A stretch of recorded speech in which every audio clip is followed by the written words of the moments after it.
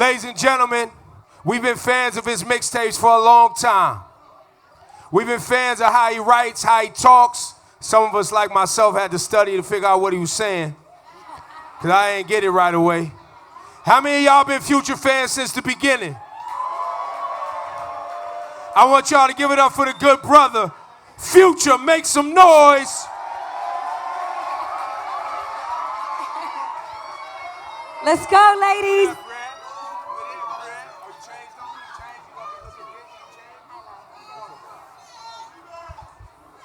So long story short, y'all give it up one time for Future, please. So me and Future was hanging out before this, and he had sweats on, and I was like, yeah, I'm gonna be good. You know, I'm just going my little dingy shorts and sneakers. I didn't know the setup was gonna be like this. So you thought it was gonna be casual? And then I thought it was gonna be casual. Yeah, they told me New York You was got heavy. you got every chain you own on, bro. Nah, this ain't even half. That's just crazy. That's crazy. Dirty Sprite 2. Yeah, Dirty Sprite 2, man. DS2. You decided this time to give people a little bit more insight, because you don't really do a lot of talking. Can you talk about why now? What's going on with you? I just want people to love the music, you know what I'm saying? Love me for the music, understand the music first. And it was a way of me reconnecting with my fans, you know what I'm saying? I feel like this is my first time coming out, building with the fans. They never really heard me talk about interviews, talk about my personal life, but I'm just opening up and just doing what I feel. You were open enough to take part in this documentary that you put out. Yeah. You were super. With Elliot Wilson. Shout to Elliot Wilson. He's here. He's in the building today. Rap Radar, where you at, bro? So can you talk about why you decided to instead, you just go in depth and you really open about your personal life, He talked to me about it for a minute. I was like, I'm not with it. I'm not doing it. He was like, man, you need to talk to your fans. You just dropped 3 mixtapes. They don't know why you dropped the mixtapes. You just dropped them out the blue. You haven't heard the interview. You need to give me the interview. I was like, man, I'm going on tour. I'm being in Montreal. He came over and made it happen. So it's been like 4 years since Dirty Sprite, the first one? Yeah, about four years. Why did you decide to come back with another one? Because it was so special to the fans. So I was like, man, we might as well make it an album. You know what I'm saying? Because people want to relive that moment. And for me, too, just to go back in time to see if I can do it right. Because after Dirty Sprite, instead of doing the same kind of music I did, I actually started switching up, going to Pluto, doing Turn on the Lights, Never End. I want to go back. If I could have did it over, I would have whole Turn on the Lights. I probably would have saved Never End and did at a later time. You know what I'm saying? Why is that? Because the fans were so engulfed in the magic and the same damn time and the Tony Montanas. If I could have just rode that wave for a little while longer, I feel like they would have respected the Turn on the Lights and It Never Ends more. What about some of the collaborations on the album? Who's on the album? Drake, the only collaboration. The only one? The only collaboration.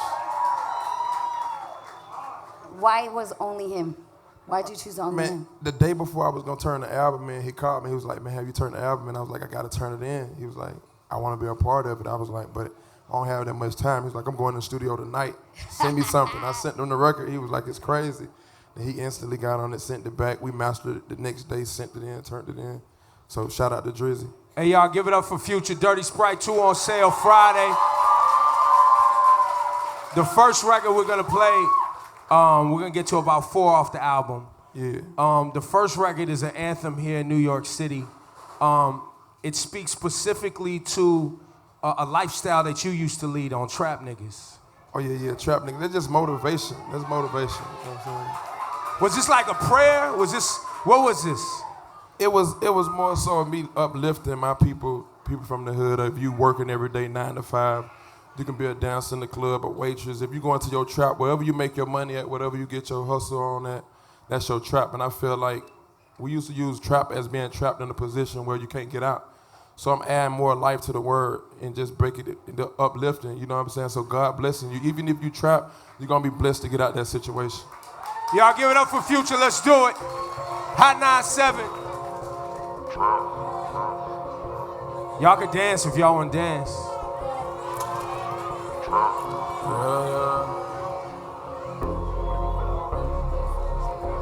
Time being hard, but I'm still getting it. Yeah, mission. When you wake up before you brush your teeth, you grab your strap. All the time you get down on your knees, show a crowd. What you heard, God blessing all the trials. God blessing all the trials. When you wake up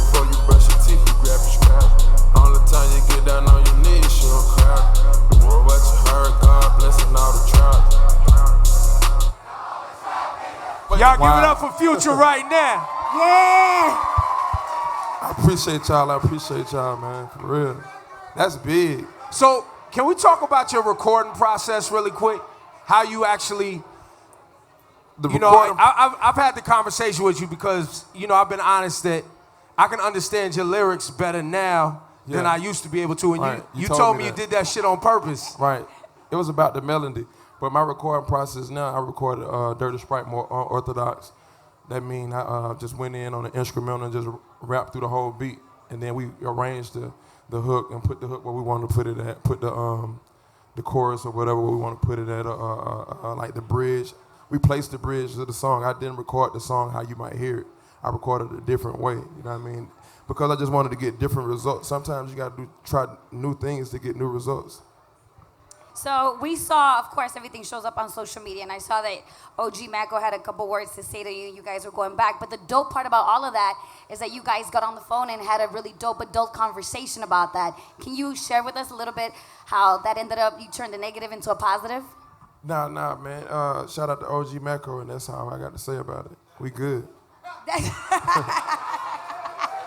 Well, it ended up positive, so we're thankful about that. We're glad that it's it all ended grown up man no. talk. Grown man talk. Grown man. So when That's grown dope. man talk is not for nobody else to talk about, you know what I'm saying? But it's a great an understanding example. between me and It's a him. great example of keeping some stuff off social media and talking man to man. Yeah, I ain't with the social media, so whatever me and him talked about, that's how we talk. I respect we chopped that. it up as our love.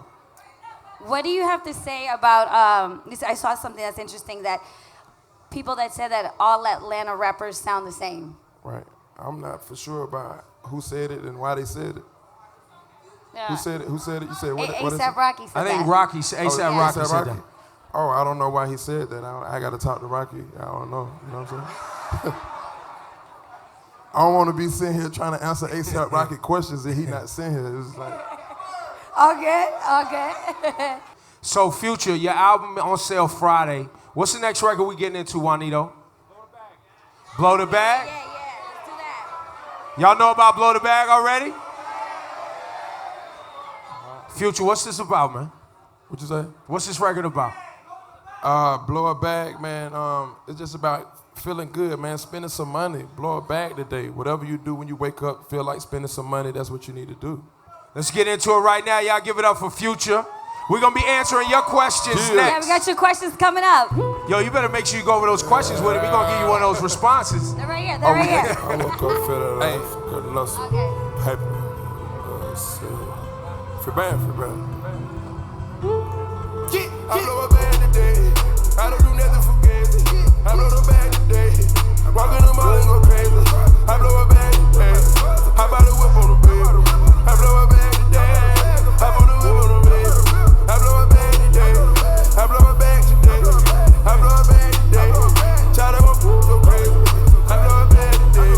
I blow a bag today. I blow a bag today. I don't do nothing for gazy. Y'all, Future Hendrix right here. Dirty Sprite 2. Hey man, it's a lot of love in the building, bro. Like, they already know the song. It just came out like 3 days ago. That's big. I appreciate y'all. Super fans, man. Man, super Future, super fans. Yo, but the man, that ain't what the man said he wanted to play, bro. I serve the bass. Man, hey, it's about the fans. You want to play it? We're gonna play the documentary.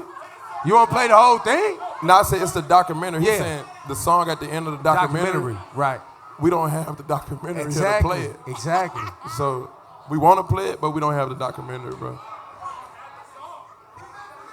Hey, so Future, being in the public spotlight is something that you've shied away from a long time, right? Yeah. And even doing this interview today, you were kind of like, listen, I want to keep it all about the music. But when you were talking in the documentary, you talked about not being where you wanted to be in your career. Right. Can you articulate, because for most of us, we're looking at success. Right. We're looking at #1 hits. We're looking at tours. We're looking at collaborations with superstars. What is it that Future is trying to get to?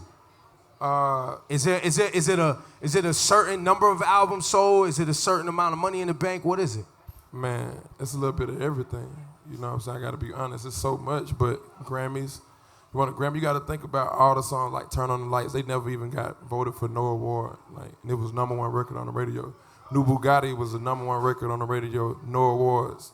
You got songs like Same Damn Time, never got an award, but it was the #1 record on the radio.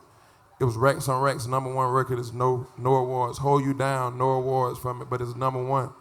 All these records that I done did, and people don't even know I wrote like Love Song for Rihanna, or I wrote Body Party for Ciara, or if I wrote songs for Miley Cyrus. Right. Or if I Don't wrote, do that. You know what I mean? Don't Like, do that. Don't do that. Yeah, Don't do that. I know what y'all trying to do. Don't do that. But at the end of the day, I'm a writer, but I haven't received certain things that I feel like I deserve. But at the end of the day, it's like who am I to say what I'm supposed to get? You know what I'm saying? So I just got to work for it. But is it a feeling that you have? Because you're the one Nah, that it's said just that like you if were. it haven't happened, then I'm like, damn, why it haven't happened? What I'm gonna just sit back? I'm gonna just continue to work until I get what I want from it. How do you balance like ratchet versus responsibility? Like you're very open about being a father, and you have sons, and you're a role model. Yeah. But also you in the documentary you talked about how you wanted to, as soon as you left LA, you wanted to get back in the studio and give the streets what they wanted. How do you find that balance as an artist? I still live in LA, but I spend majority of my time in Atlanta. Atlanta. I was spending majority of my time in LA, and I probably go back to Atlanta for like a week and spend like the whole year in LA. You know what I'm saying? Now I spend a year, majority of my time in Atlanta, and just being back with my family. Like I got to knock on my auntie door. I got to be able to go to my grandma, and I'm still living, so I got to be able to still pop up on my grandma and check on her. And, you know what I'm saying? Like little stuff like that I love. Like I missed that when I was in LA. You want to get some questions from the fans? You want to do that? All right, let me see. Oh, Lewis from Brooklyn. Lewis from Brooklyn is asking, what artists did you grow up listening to? Favorites? My favorite artist when I grew up, it was, Juvenile, from Juvenile to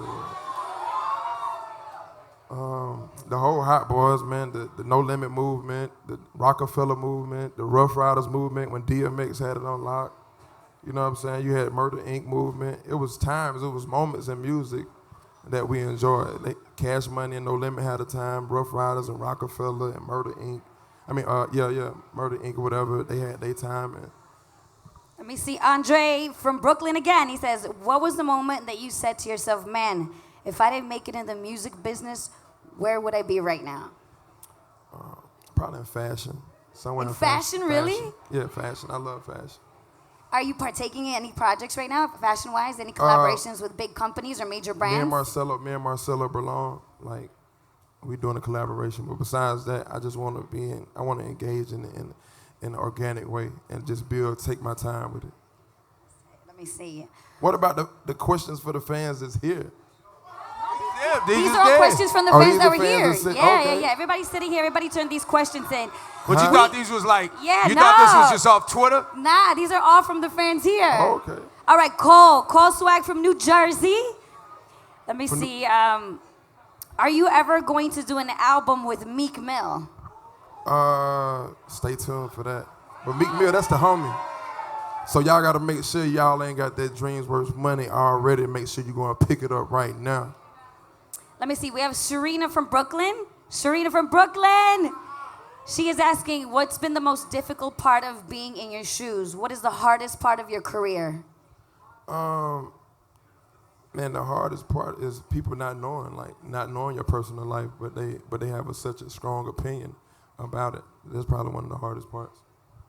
You want to take a break, play another song, or you want to keep going? We can keep going. I was trying to focus on the music, Future. You keep bringing up your personal life, man. Yeah. Nah, you bring it up. I'm just answering the question. Yeah, talk to her about Real Sisters. What's Real Sisters about? Because, I know what the song's about, but I want to hear you articulate it. But Real Sisters, sometimes you be in a relationship and you might dated this girl in high school, and now you grown, y'all 26, 27 years old, and they might be friends. The girls was friends once before, so you can't let your past get in the way of what your future hold. You know what I'm saying? So if they was friends, you can't let that get in the way of you. Is there a limit? Like, is there a cutoff limit? Like you hear girls say, if it was 10 years ago, then, whatever, it's all good. But if it was a few months ago, then nah, man, that might not be cool. But like I said, I don't care. Yeah. You might care. Yeah. We know. Run the record. Y'all give it up for Future. Future Hendrix. Dirty Sprite 2. Yeah. Oh, that's Hey,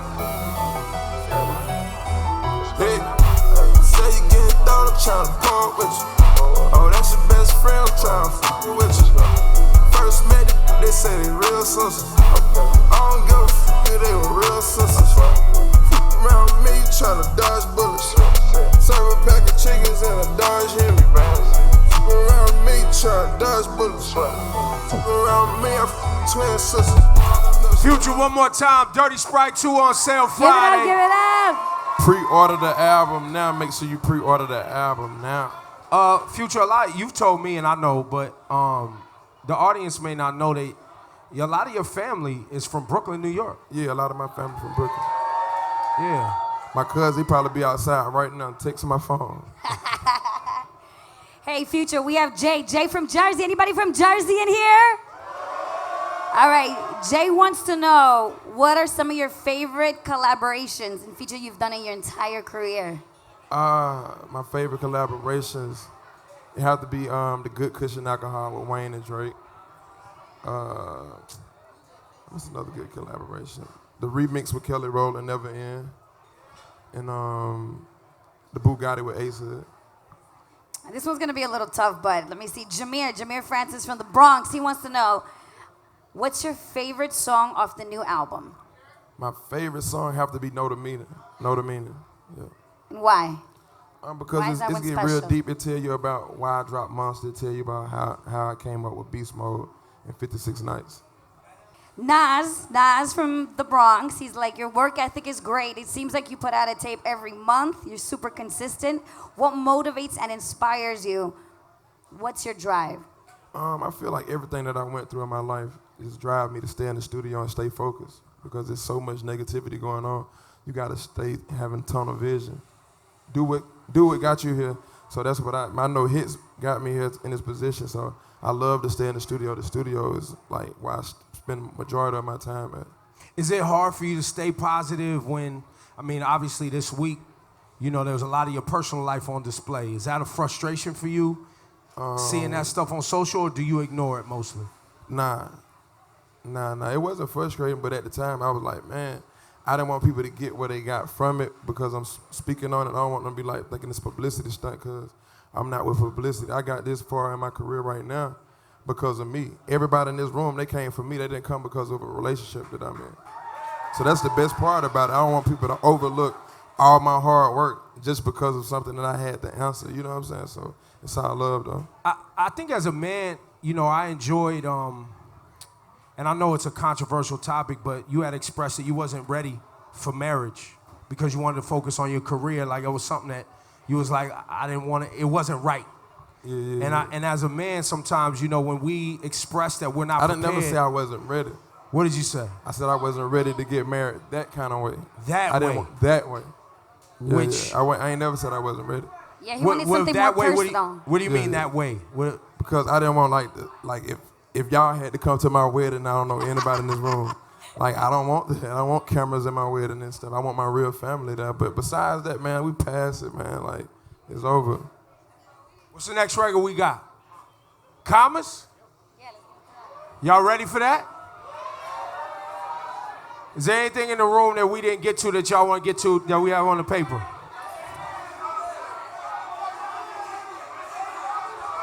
Yeah. Run that record, y'all. Give it up for Future. Dirty Sprite 2 Friday. That's some shit that you don't do. I'ma stay right for my real. That's just some shit I'm gonna do. Go to commas. Let's go some commas. Let's go some commas. Do this shit wrong. Yeah. Filch. Shit don't do.